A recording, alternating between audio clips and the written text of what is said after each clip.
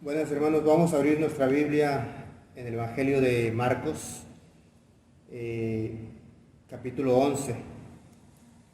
Sí, este domingo vamos a hablar sobre la entrada triunfal y vamos a abrir nuestra Biblia, vamos a leer nuestra Biblia en capítulo 11, dice de esta manera. Capítulo 11, versículo 1 al 26, dice: Cuando se acercaban a Jerusalén, junto a Betfagé y a Betania, frente al monte de los olivos, Jesús envió dos de sus discípulos y les dijo: Id a la aldea que está enfrente de vosotros, y luego que entréis en ella, hallaréis un pollino atado, en el cual ningún hombre ha montado. Desatadlo y traedlo. Y si alguien os dijere: ¿por qué hacéis eso?, decid que el Señor lo necesita y que luego lo devolverá. Fueron y hallaron el pollino atado afuera a la puerta, en el recodo del camino, y lo desataron. Y unos de los que estaban allí les dijeron: ¿qué hacéis desatando el pollino? Ellos entonces les dijeron como Jesús había mandado, y lo dejaron. Y trajeron el pollino a Jesús y echaron sobre él sus mantos, y se sentó sobre él. También muchos tendían sus mantos por el camino, y otros cortaban ramas de los árboles y las tendían por el camino. Y los que iban delante y los que venían detrás daban voces diciendo: Hosana, bendito el que viene en el nombre del Señor, bendito el reino de nuestro padre David que viene, Hosana en las alturas. Y entró Jesús en Jerusalén y en el templo, y habiendo mirado alrededor todas las cosas, como ya anochecía, se fue a Betania con los 12. Al día siguiente, cuando salieron de Betania, tuvo hambre, y viendo de lejos una higuera que tenía hojas, fue a ver si tal vez hallaba en ella algo, pero cuando llegó a ella, nada halló sino hojas, pues no era tiempo de higos. Entonces Jesús dijo a la higuera: nunca jamás coma nadie fruto de ti. Y lo oyeron sus discípulos. Vinieron pues a Jerusalén, y entrando Jesús en el templo, comenzó a echar fuera a los que vendían y compraban en el templo, y volcó las mesas de los cambistas y las sillas de los que vendían palomas, y no consentía que nadie atravesase el templo llevando utensilio alguno. Y les enseñaba diciendo: ¿no está escrito, mi casa será llamada casa de oración para todas las naciones? Mas vosotros la habéis hecho cueva de ladrones. Y lo oyeron los escribas y los principales sacerdotes, y buscaban cómo matarle, porque le tenían miedo, por cuanto todo el pueblo estaba admirado de su doctrina. Pero al llegar la noche, Jesús salió de la ciudad. Y pasando por la mañana, vieron que la higuera se había secado desde las raíces. Entonces Pedro, acordándose, le dijo: Maestro, mira, la higuera que maldijiste se ha secado. Respondiendo Jesús les dijo: Tened fe en Dios, porque de cierto os digo que cualquiera que dijere a este monte: quítate y échate en el mar, y no dudar en su corazón, sino creyere que será hecho en lo que dice, lo que diga le será hecho. Por tanto, os digo que todo lo que pidiereis orando, creed que lo recibiréis y os vendrá. Y cuando estéis orando, perdonad si tenéis algo contra alguno, para que también vuestro Padre que está en los cielos os perdone a vosotros vuestras ofensas. Porque si vosotros no perdonáis, tampoco vuestro Padre que está en los cielos os perdonará vuestras ofensas. El tema que traemos hoy es Jesús, Jerusalén y sus frutos. Jesús, Jerusalén y sus frutos. Recordemos que hemos estado viendo este tiempo de previo a la Semana Santa. Ya veníamos hablando sobre este camino hacia Jerusalén, cuando Jacobo y Juan le piden a Jesús que uno se siente a su derecha y otro a su izquierda cuando Él esté en su reino, haciendo alusión prácticamente a que el reino de Jesús era considerado por los discípulos, por supuesto, Era considerado como un reino terrenal, donde Jesús iba a sentar en el trono de David e iba a echar a los romanos de Israel, los iba a echar y él iba a gobernar sobre todas las naciones. Entonces los discípulos buscaban prácticamente poder, querían un lugar de privilegio en el reino de Jesús, en el reino terrenal de Jesús, porque así lo concebían. Sabemos nosotros que el reino de Jesús no es terrenal, porque él mismo decía, mi reino no es de este mundo. Entonces, no solamente Jacobo y Juan, sino también los otros discípulos querían un lugar privilegiado, uno a la derecha, otro a la izquierda. Es decir, querían los lugares de privilegio en el reino de Jesús. En el reino, repito, en el reino terrenal de Jesús. Posteriormente hablamos aquí de Bartimeo, que Bartimeo, a pesar de que era ciego, había visto en Jesús prácticamente el único que podía cambiar su situación. La única alternativa que podía cambiar la situación de Bartimeo era Jesús. Así lo había visto Bartimeo, así lo creyó y así se le concedió prácticamente. Porque Bartimeo, a pesar de que era ciego, Jesús le dio el privilegio de ver, pero no solamente ver visible en el sentido físico de la palabra, ver con los ojos físicos, sino también ver que Jesús era el Mesías, el rey prometido a David, aquel rey que se iba a sentar sobre todo, pero en el tiempo venidero. Y Bartimeo, dice la palabra, que seguía a Jesús en el camino. Pues bien, ahora entramos prácticamente, recordemos que Jesús iba directo a Jerusalén. Ya Jesús le había dicho a los discípulos que él iba a morir en Jerusalén, que iba a ser entregado, que iba a ser muerto en Jerusalén. Ahora Jesús estaba prácticamente ya a las afueras de Jerusalén y manda a sus discípulos y les dice, vayan a la ciudad, vayan y traigan un burrito, un pollino. Tráiganlo, desátenlo y tráiganmelo. Y si les dicen, ¿por qué están haciendo ustedes? Díganle que el Señor lo necesita y que luego lo devolverá. Fueron los discípulos, encontraron el burrito y lo traen. Claro, se les dijo por qué llevan ese burro, no sé ustedes. El Señor lo pide y los dejaron que se lo llevaran, se lo llevan. Bueno, ¿cuál es el punto aquí de Jesús ir montado en un burrito? Hay que entender una cosa aquí. Aquí el punto es de que cuando David, por ejemplo, fue entronizado, cuando Saúl fue entronizado, cuando Salomón fue entronizado, los reyes en Israel eran entronizados no en caballos. O sea, cuando hablamos de la entronización, pasaban por las calles de la ciudad montados en un burro, como una señal de servicio para la comunidad, como una señal de que él iba a ser el que iba a servir al reino, es decir, iba a servir al pueblo, el rey en este caso.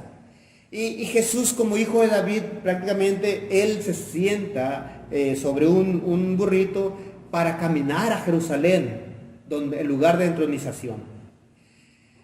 Y lo cierto es que cuando él iba montado en el burrito, iba por las calles rumbo a Jerusalén, la gente que estaba ahí, dice, y los que iban delante y los que venían detrás daban voces diciendo, Hosana, bendito el que viene en el nombre del Señor, bendito el reino de nuestro padre David que viene, Hosana en las alturas. Dice así la palabra. Eso indica prácticamente que la gente aclamaba a Jesús. El Hosana es prácticamente viva, pero también implica el asunto de viva, necesitamos tu ayuda. Es como cuando se le proclama a un político y que dicen que viva el rey o que viva fulano. En este caso está diciendo Hosana, Hosana. Bendito el que viene en el nombre del Señor, bendito el reino de nuestro Padre David que viene, Hosana en las alturas. Esto implica el asunto, por favor, ayúdanos de esta opresión, ayúdanos de esta situación en la cual estamos viviendo. Esa era la proclamación de Hosana. Esa era la proclamación que las multitudes decían de Jesús. Es un pedir ayuda a Jesús, como diciendo, te reconocemos como el único que puede liberarnos de nuestra situación. Y por allá vemos en el tiempo del juicio de Jesús que le gritaban, crucifícale, crucifícale. No son los mismos que gritaban aquí, Hosana. Eran gente prácticamente que estaba en contra del proyecto de Jesús, del proyecto del reino de Jesús. Gente que estaban en contra de ese Jesús que proclamaba prácticamente contra de las autoridades religiosas y políticas de aquel tiempo. Y que él proclamaba prácticamente la salvación, proclamaba el reino de los cielos. No el reino terrenal de un rey cualquiera, sino el reino de los cielos del rey Dios, se podría llamar, o el rey Mesías.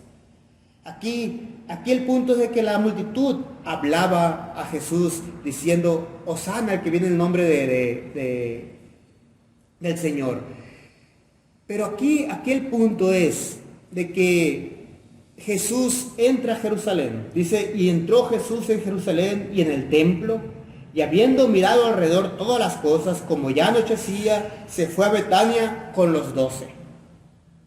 Y aquí el punto es de que Jesús entra a Jerusalén. ¿Y qué es Jerusalén? Jerusalén es el centro político, o es decir, la capital de Israel, Jerusalén, pero también es el centro religioso, es la ciudad del gran rey, la ciudad de David, la ciudad prácticamente religiosa, vaya la redundancia, pero también el lugar donde estaba el templo dedicado a Dios, el lugar donde se dice que Dios estaba presente reinando sobre la humanidad, o se esperaba que Dios reinara ahí en ese lugar. Y ya hemos hecho alusión al respecto del templo y del lugar santísimo, que por cierto se rasga en la crucifixión el velo del templo, pero aquí no es el punto es de que el lugar santísimo es donde estaba la Shekinah, el lugar o el candelabro donde estaba encendida siempre la luz, la llama, señal de la presencia eterna de Dios en medio del pueblo. Ese era Jerusalén para Israel, ese era el centro religioso. Y aquí el punto es de que Jesús llega a Jerusalén y entra en el templo, y habiendo mirado alrededor todas las cosas, como ya anochecía, se fue a Betania con los 12. Se va Jesús a Betania. A otro día, al siguiente día, dice la palabra, al siguiente día, cuando salieron de Betania, tuvo hambre. Y viendo de lejos una higuera que tenía hojas, fue a ver si tal vez hallaba en ella algo. Pero cuando llegó a ella, nada halló sino hojas, pues no era tiempo de higos. Entonces Jesús dijo a la higuera, nunca jamás coma nadie fruto de ti. Y lo oyeron sus discípulos. Aquí el punto es, cuando Jesús entra al templo, ¿qué fue lo que vio? ¿Por qué otro día Jesús, al ir a la higuera que estaba llena de hojas, busca fruto en él? Lo curioso es de que la higuera, el tiempo cuando está más frondosa la higuera, es el tiempo cuando tiene que dar fruto. Estaba llena de hojas la higuera y Jesús va a buscar fruto, y dice en la Biblia que no encontró sino solamente hojas. Entonces aquí la gran pregunta es, ¿qué encuentra Jesús en el templo? ¿Por qué aquí el punto es la trama de aquí del relato?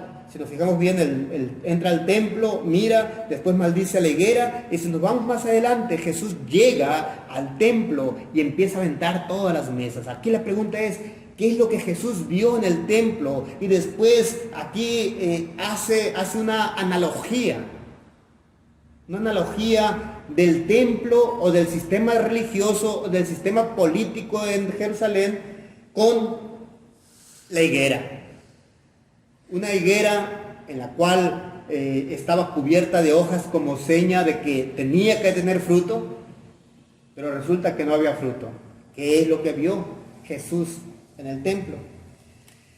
Y el punto es de que en el templo recordemos que es el lugar de adoración, donde en la Pascua o las fiestas principales de Israel, todos los judíos o una gran parte de los judíos venían de diferentes partes del Imperio Romano, porque recordemos que la diáspora judía estaba por todo el Imperio Romano, muchos judíos dispersos por todo el Imperio Romano, que en tiempo de Pascua o las otras fiestas principales se venían a Jerusalén desde el Imperio Romano a la fiesta. Y ahí vemos en el libro de los Hechos que Pablo viene desde Corinto recolectando una ofrenda y siempre con las miras de ir a Jerusalén a adorar en la Pascua.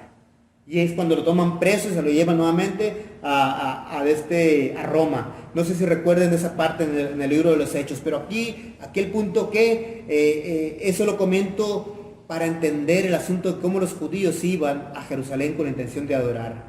Y entonces en el momento de la Pascua era un hervir de gente en Jerusalén. Mucha gente había en Jerusalén para la fiesta de la Pascua. Entonces da la casualidad que el templo, lugar de adoración, donde sí había sacrificios, donde sí había todo el sistema ritualista de adoración marcado por la ley de Moisés, pero lo curioso es que había hojas, pero no había frutos. No había frutos dignos de arrepentimiento. La gente era aún más bien vivir de la religión, un vivir del sistema religioso prácticamente, y no una adoración sincera a Dios.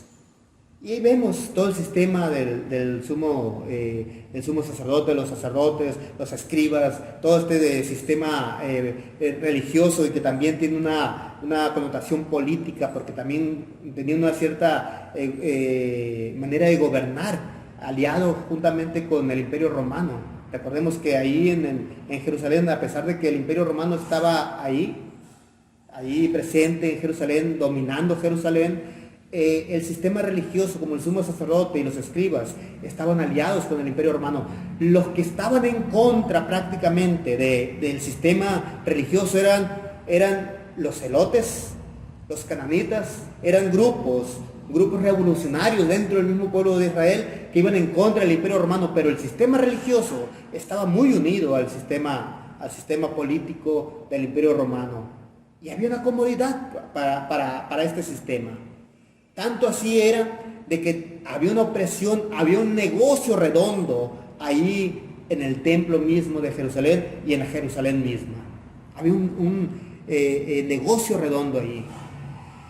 Cabe mencionar aquí de que Jesús dice: vinieron pues a Jerusalén, y entrando Jesús en el templo comenzó a echar fuera a los que vendían y compraban en el templo, y volcó las mesas de los cambistas y las sillas de los que vendían palomas, y no consentía que nadie atravesase el templo llevando utensilio alguno. Y les enseñaba diciendo: no está escrito, mi casa será llamada casa de oración para todas las naciones, mas vosotros la habéis hecho cueva de ladrones.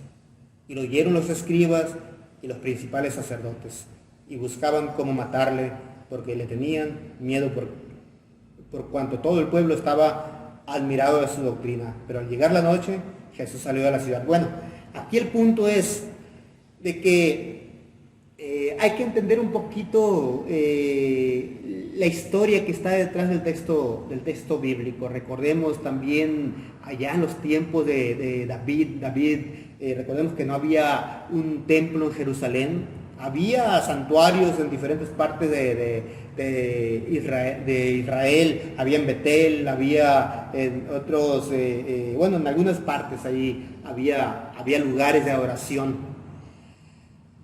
Pero en Jerusalén, la ciudad de David, no había templo, y David dice: yo voy a hacer casa a Dios, un templo a Dios. Y Dios le dice: no vas a hacer templo tú, porque tus manos han derramado mucha sangre. Entonces, tu hijo Salomón va a hacer el templo. Lo cierto es de que Salomón construye el templo. Lo curioso es que Salomón construye el templo precisamente en el patio del Palacio Real. Es decir, está el Palacio Real, y en el mismo patio del Palacio Real construye el templo. Salomón, estamos hablando de Salomón. Y Salomón escoge sacerdotes, hace todo lo que es el séquito de los sacerdotes y los pone a la administración del templo. Pero también pone cantores en el templo, pone profetas mismos en el templo. Entonces el templo mismo le pertenecía a Salomón. Salomón tuvo una injerencia muy importante en las decisiones de la religión del pueblo de Israel.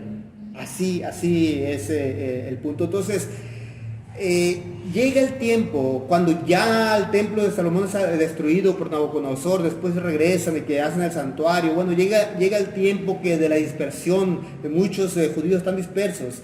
Entonces, una de las cosas que había para la adoración era de que las familias tenían que sacrificar un cordero perfecto de acuerdo a la ley de Moisés. El cordero tenía que ser perfecto, lo tenían que ver, era de un año, lo tenían que ver nacer. Al cordero no necesariamente tenían que verlo nacer, por supuesto. A lo que me refiero es recién nacido, o sea, criaron a la cordera. La cordera dio a luz un corderito, ese corderito inmediatamente decía la familia, ese cordero va a ser para sacrificio a Dios, ese se lo vamos a entregar a Dios. Y en esa entrega a Dios era el asunto de que tenían que buscar cuidar al cordero, de que el cordero no se dañara para nada, tenía que ir perfecto el cordero al sacrificio, al templo. Entonces durante un año lo cuidaban. Y recordemos aquella parte donde Jesús dice, las ovejas siguen la voz de su pastor y le siguen. Y también dice, el pastor llama por su nombre a las ovejas. Dice así el texto. Entonces había una relación estrecha entre la ovejita o el cordero y la familia. Le llamaban por el nombre de la oveja y la oveja volteaba y corría atrás de aquel que lo llamara, por supuesto, de la familia. Era como un perrito, se podría decir. Algo así. Ese vínculo que hay en las familias mexicanas y los perritos. Ese vínculo había entre las familias de Israel y los corderitos para el sacrificio. Al grado que cuando ellos llevaban el corderito al templo, al sacrificio, después de un año de haberlo cuidado y haber hecho una relación muy estrecha, había dolor en el corazón de la familia que iba a entregar el corderito al sacrificio. Iban a matar a su mascota. Ese era el punto del sacrificio. Era el dolor del sacrificio del cordero. Y es ahí la analogía que hay entre el cordero del sacrificio con Jesús prácticamente, cuando Juan el Bautista le dice, he ahí el cordero de Dios que quita el pecado del mundo. Es Dios mismo entregando a su Hijo. El dolor de Dios derramado prácticamente en la herida de Jesucristo. Ese es el punto del cordero. Entonces, resulta que aquí prácticamente en este sistema religioso del templo, los sacerdotes llega el momento que dijeron, ¿para qué van a venir batallando con el cordero desde allá, desde tierras lejanas? Batallando, aquí nosotros tenemos corderos. Pero recuerden también que el sacerdote era la persona indicada para darle visto bueno al cordero. Entonces ellos decían, aquí tenemos corderos perfectos. Y la gente dice, no, yo quiero llevar mi cordero, queriendo cumplir prácticamente con el mandamiento de criar al cordero y llevarlo. Llegaban con el cordero y el sacerdote les daba el visto bueno y el sacerdote decía, este cordero está imperfecto. No está imperfecto, yo lo cuidé muy bien, no tiene ninguna mancha, ninguna herida, está perfecto el cordero. Decía la familia. Y el sacerdote les decía, bueno, ¿quién da el visto bueno, tú o yo? No, pues tú. Entonces, llévate ese cordero. Aquí tenemos corderos perfectos. Aquí te vamos a vender uno. Y lo cierto es de que no eran corderos perfectos, eran corderos del montón que vendían los sacerdotes y en consecuencia era el cordero del sacrificio. Y aún más, el costo de un cordero en el templo era como 3 veces más alto el precio que comprarlo fuera del templo. Pero como los de fuera del templo no servían, según los sacerdotes, los del templo eran los perfectos. Tenía que ser corderos criados por los mismos sacerdotes. Era el negocio perfecto de los sacerdotes. Era el negocio perfecto, pero aún más todavía. Dice, vinieron pues a Jerusalén, entrando Jesús en el templo, comenzó a echar fuera a los que vendían y compraban en el templo y volcó las mesas de los cambistas y las sillas de los que vendían palomas. Aquí el punto es de que esa mesa de los cambistas eran personas que tenían la moneda sacra del templo. Fíjense bien, la moneda sagrada del templo. La moneda de afuera no servía para comprar el cordero. Como el cordero era santo, entre comillas, tenía que ser con una moneda santa, la moneda del templo, la moneda acuñada por las autoridades del templo. Entonces esa moneda circulaba solamente en el templo. Ahí llegaban con moneda de afuera, llegaban y compraban monedas del templo, y en el templo se compraban los animalitos o cualquier otra cosa que se ocupaba para el sacrificio, pero ahí mismo circulaba en el templo la moneda. Pero lo curioso es que esa moneda era carísima. Si esa moneda se podía conseguir, que no se conseguía afuera por supuesto, pero se podía conseguir afuera, era mucho más económica que comprarla adentro.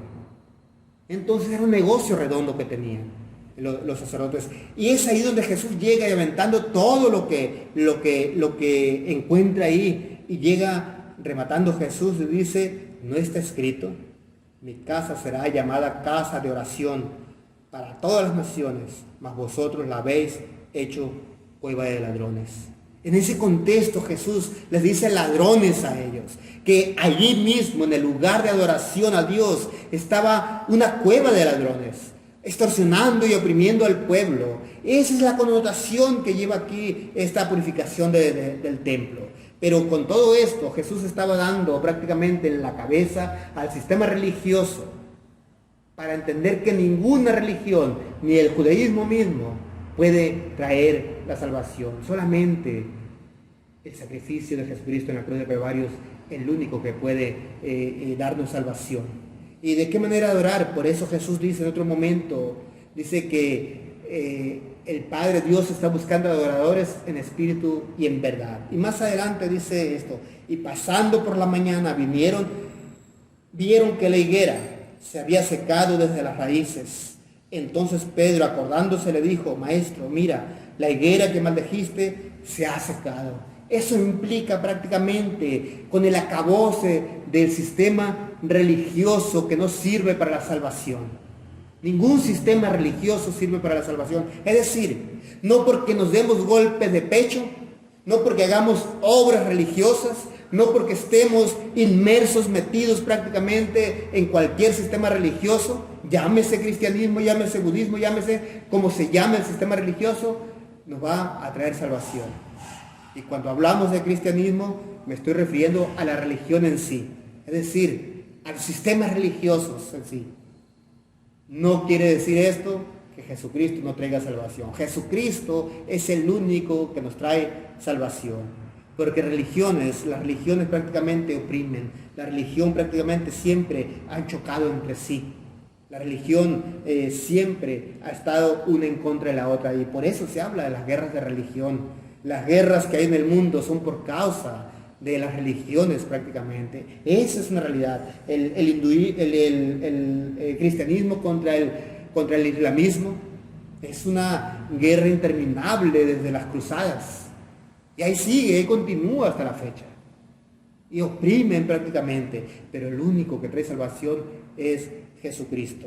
Y por esa razón, y pasando por la mañana vieron que la higuera se había secado desde las raíces.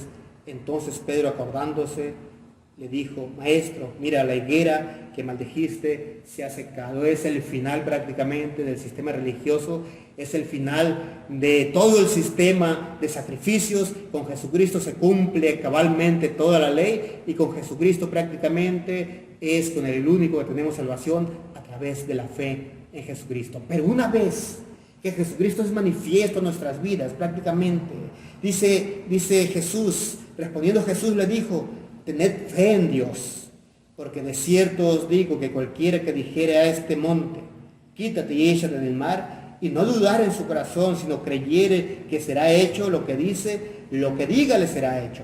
Por tanto os digo que todo lo que pidiereis orando, creed que lo recibiréis y os vendrá. Y cuando estéis orando, perdonad si tenéis algo contra alguno, para que también vuestro Padre que está en los cielos os perdone a vosotros vuestras ofensas. Porque si vosotros no perdonáis, tampoco vuestro Padre que está en los cielos os perdonará vuestras ofensas. Y aquí el punto es del fruto que busca prácticamente Jesús en la higuera. Nosotros somos esa higuera, es el perdón de unos con otros. Y esto es el amor. Cuando hay amor, hay perdón. Dios mismo mostró su amor al mundo, perdonando todas nuestras fechorías, todos nuestros pecados. Y lo hizo prácticamente en la muerte de Jesucristo en la cruz del Calvario. Pero también Él, como una manifestación a nuestras vidas, como manifestando a Jesucristo en nuestras vidas, nosotros somos llamados prácticamente a perdonarnos unos a los otros. Y ese asunto del perdón es mostrar el amor hacia los demás. Ese es el fruto que busca Jesucristo en nuestras vidas. ¿Qué tan dispuestos estamos a dar fruto? ¿O será prácticamente que estamos llenos de hojas religiosas como la higuera? ¿Será que estamos así a la manera como en el templo de Jerusalén, que solamente era una apariencia nada más? Como también la higuera aparentó que era tiempo de fruto, por eso Jesús fue a buscar fruto y no encontró. ¿Será que nosotros también estamos aparentando ser esos que gritamos a los cuatro vientos que somos unos verdaderos discípulos de Jesucristo, pero no nos atrevemos a perdonar al hermano? ¿Qué estamos esperando tú y yo? ¿Qué tipo de rey hemos visto en Jesús?